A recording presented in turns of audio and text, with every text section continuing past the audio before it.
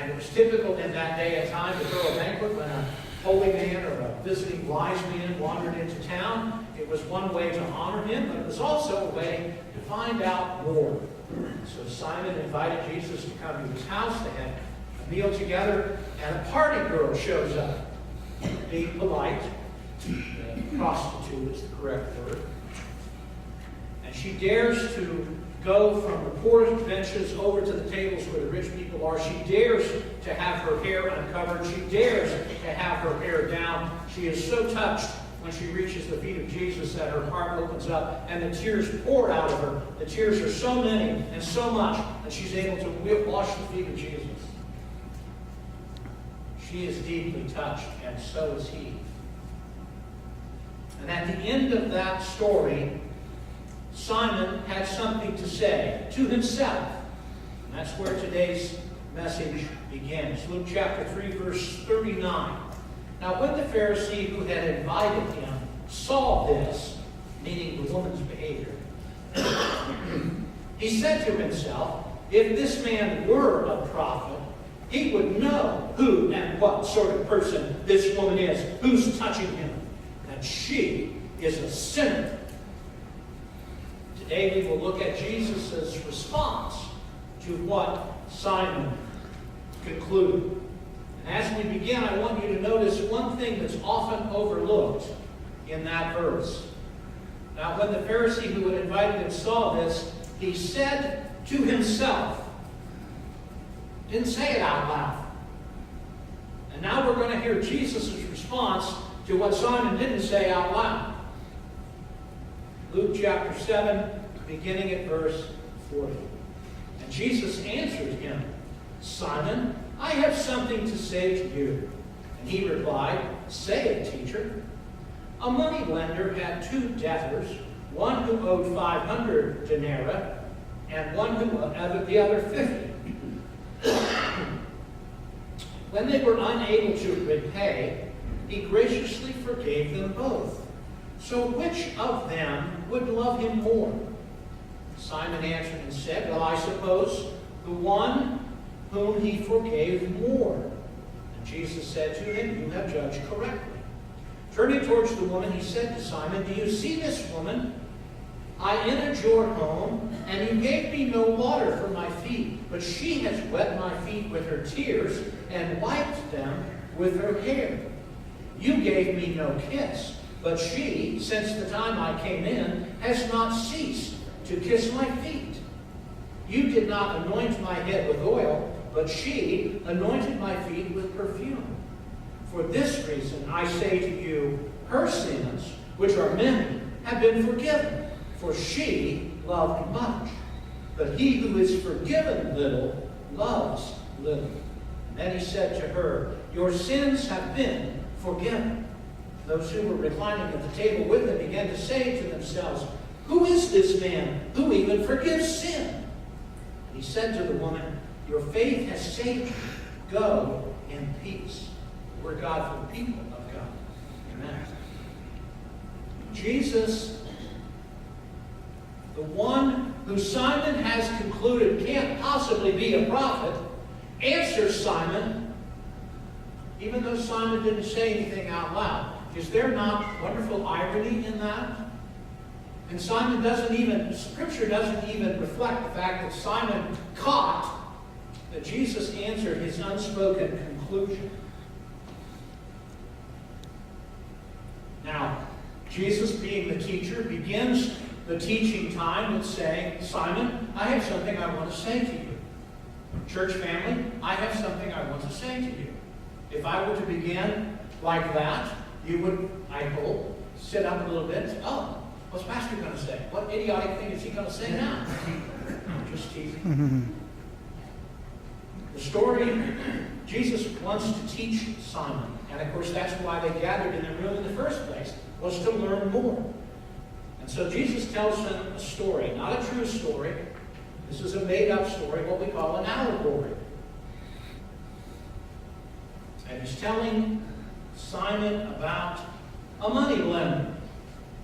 Now, I don't know if you have money lenders around here or not, but in Kansas City, where I came from, Every third building on every fourth corner was a pre-payday loan facility. Why anybody in their right mind would go there on Monday to borrow money that they were going to get on a Friday, I don't have a clue. But in any event, there were a lot of money lenders in Kansas City.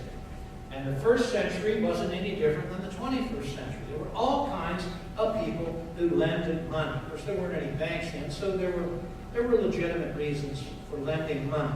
And so this money lender has given money to two different people, and one guy has gotten into debt 500 denarii, and the other one has gotten into debt 50,000? 50. 50, I can't remember. 500. 500, okay? And when we need to remember that a denarii is the Roman equivalent of a penny. Okay? Now when we hear the penny, you hear the word penny, we say, oh, he owed 50 pennies, or that's not much anything. But a penny was a day's wage in the first century. A denarii was what somebody got paid for a whole day's worth of work. Right? So to put that into our perspective, I went and researched what the average person earned per day, per hour in 2016 in America. And according to several different websites, $149 a day is the average American wage in 2016.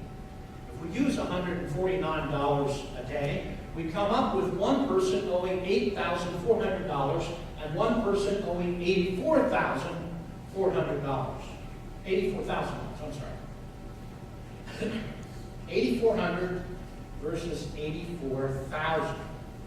Now, I would imagine that there are very few people in this room who are not in debt in some way. Maybe because you're an older crowd, that may not be true. But the average American household has $5,600 in credit card debt, plus one car payment, plus a mortgage or rent payment. The average American household devotes more than $1,000 a month to debt service.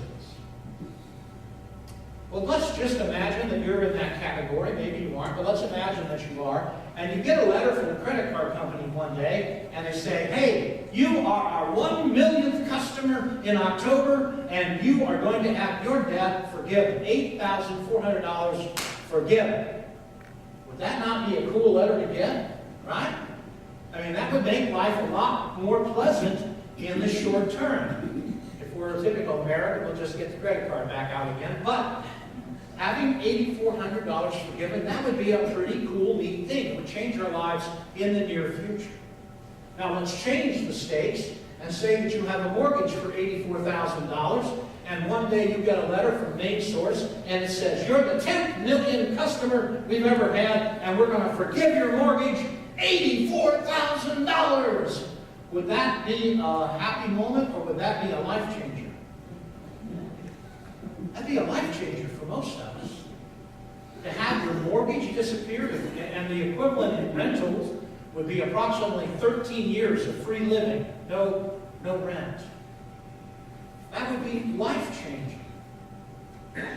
If we had $84,000 forgiven, we would be infinitely more grateful than if we had $8,400 forgiven if we are a typical human being. And the same thing was true of the first century. Now, believe it or not, there are people in American society who don't care if they get into debt, because they have no intentions of paying it anyway, and they don't really have any assets, so what? Believe it or not, there are people like that. In the first century, there weren't people like that. They took debt very seriously. It was a very important obligation. They felt very strongly that their debt needed to be paid. And so there was this burden, this worry, this anxiety. How am I going to pay off these debts? Maybe you've been there. Maybe you've lost your job at one point, or had a reduction in pay. And you go, how in the world are we going to pay these debts? Here's the point that Jesus is making. I want you to remember this. It is not until you appreciate how deep in debt you are that you appreciate the forgiveness of debt. It is not until you appreciate how far deep in the hole you are that you appreciate getting out of the hole. If you have no appreciation for the debt that you're in, you don't appreciate getting out of the hole. What difference does it make? Thus, if you have no clue how bad your position is with God, you have no clue what it means to be forgiven of your sins. That's the point that Jesus is making. Simon is at the cultural pinnacle of his day and time. He is a man. He is a Pharisee. He is wealthy. He is a Jew. He is well educated. He owns a lot of land. He is the man. There is no sense of debt in Simon's heart. He doesn't owe anybody anything. And so he has no sense of forgiveness. The fact of the matter is that we are all in debt. And so Jesus tells this story. And he says to Simon, okay, which of the two people feels the greater sense of forgiveness or the greater sense of relief? And Simon correctly identifies the one to whom much has been forgiven. And then Jesus changes the story a little bit. He starts to get a little personal. And he says to Simon, do you see this woman? When I came in today, you didn't offer me any water for my feet. Now, you and I, again, we're not first century citizens. We don't know what that means. Well, they walked everywhere. The average person went with sandals or bare feet. Most of them were barefoot. They had a pair of travel sandals. But most people walk barefoot everywhere. So when you walked into the house from off of the street, where all kinds of things were going on the street, there weren't any street cleaners. When you came into somebody's house, the average woman of the house would not want what was out on the street in her house. So you would bring a basin of water and a rag, and the person of lowest rank in the house would wash the visitor's feet. That was the least thing that you would do. From a cultural perspective, it would be the equivalent of somebody coming to your house in the winter when it's cold, and they come in with their coat. And what is the first thing after you say hello? When somebody comes into your house in the winter with a heavy coat on, what's the first thing you say? May I take your coat? It's at a minimum, the minimum gesture of courtesy and appreciation. Welcome to my home. May I take your coat? That's the minimum thing in Jesus' culture. Wash the feet. Jesus says to Simon, you didn't wash my feet. You didn't even have one of your servants wash my feet. But this woman has washed my feet with her tears. Last week I made the statement that probably Jesus had had his feet washed and anointed when the woman cried, and I forgot the rest of the story. And one of the more perceptive individuals in this congregation said to me, Pastor, I hate to disagree with you, but you said something wrong from the pulpit. I appreciate when you do that, particularly in the loving manner which Naomi did it. Thank you. All right? I would say something occasionally wrong. I'll talk about Abraham in front of the burning bush if you're not careful. Don't let me make a statement like that without saying, hey, wait a minute, Pastor. But this woman washed Jesus' feet with her tears and wiped them with her hair. Then Jesus says to Simon, you didn't greet me with a kiss. Okay? Now imagine walking into someone's house.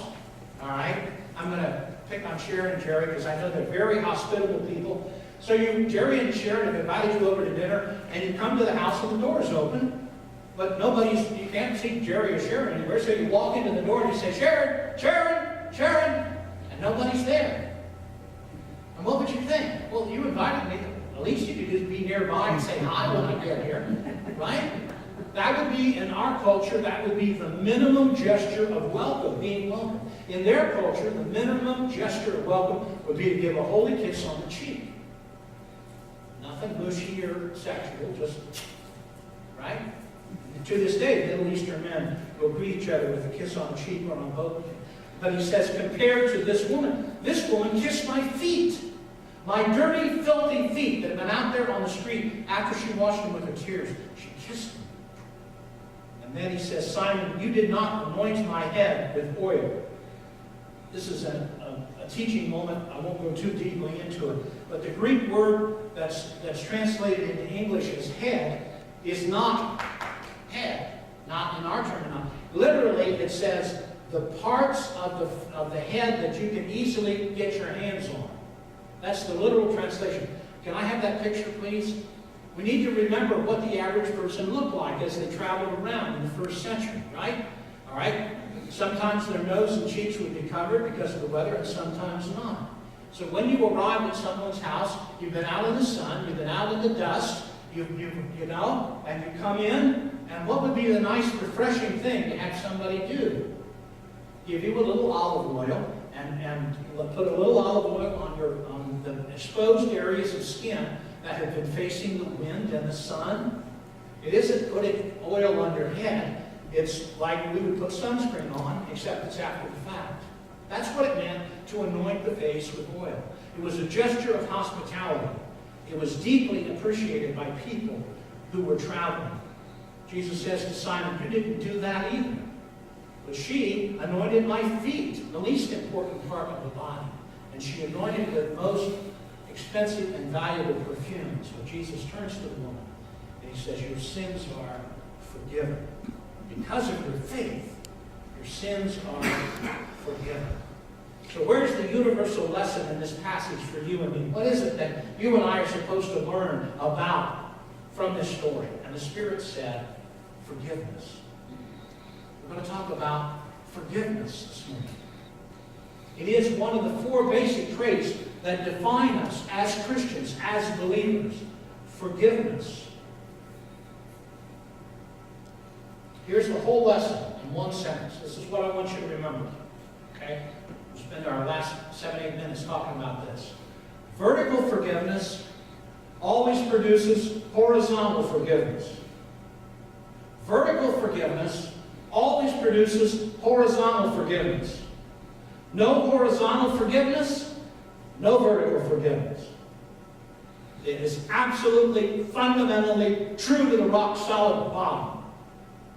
All right? What's the title of the sermon today? She did something that is unforgivable. I've actually had church members say that to me. Those very words, not in this church family. Yes. What did that person tell me when they told me that statement? No vertical forgiveness, no horizontal forgiveness. If you say to me, I cannot forgive that person, or that person did something, there were 5 years ago when that person did this, or someone thought that person did, and you're still talking about it? Jesus says, vertical forgiveness will always produce horizontal forgiveness. The person who appreciates the great amount of debt that's been forgiven will forgive the people who created minor debts with them. I was going to read you a passage from Matthew, but we're way short of time and I cannot do it. The passage in Matthew that I was going to read and talk about is the one where the guy comes to a man is in debt to a rich man, and he comes to the rich man and says, I'm really sorry, I haven't paid you. He's $500 million in debt in modern language. The one person is $500 million in debt, and the rich man says, that's okay, don't worry about it. And that man who's been forgiven $500 million in debt goes home and hauls somebody in front of him who owes him $9,880 and has him beaten, has his wife sold. And the one who forgave $500 million hears about the one who won't forgive $9,800, and he says, what is going on here? Did you not appreciate what I did for you? Are you not able to forgive others because you yourself have been forgiven? Forgiveness, the presence or the lack of forgiveness in our lives is a red flag indicator as to our spiritual condition. Not my opinion. Read the Bible. There's a passage where Peter comes to Jesus. He's looking for a formula. Some teachers say you have to forgive people 3 times. And Jewish culture said you have to forgive people 7 times. So Peter comes and he wants to confirm that following Jesus, that's the formula. We're going to forgive each other 7 times. And Jesus says, no, 70 times 7. All All right, so people, I got to forgive people 490 times. I need to go get a notebook. You know? In our world, we could make a lot of money if we invented an app for smartphones. We'll call it the 770 app. You know, 7 times 70, right? And it'll be able to transfer all of the names and addresses from your directory into that app. And then there'll be 490 places where you can enter when somebody offends you. And you forgave them. Except the point of the story is not to keep track of 490 times that you forgive somebody. The point of the story is forgiveness is unconditional. There ain't so many times. You forgive and you forgive and you forgive and you forgive.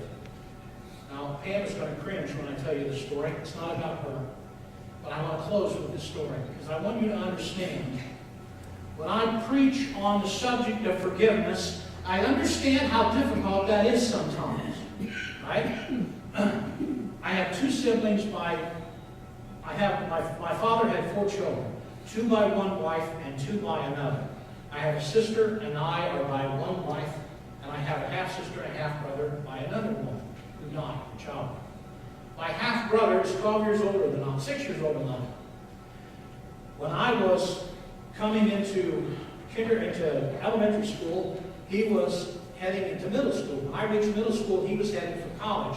When I went to college, he was in the service. When I was in the service, he moved to New Zealand.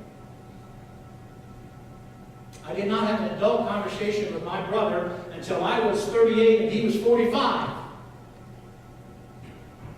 And I know it's hard to believe, but I was this cute little blonde-headed, blue-eyed guy. They would send into the ice cream store to get the ice cream cone dips because the high school girls behind the counter could not resist just piling it on for the little blonde-headed kid. Everybody loved the little blonde-headed kid.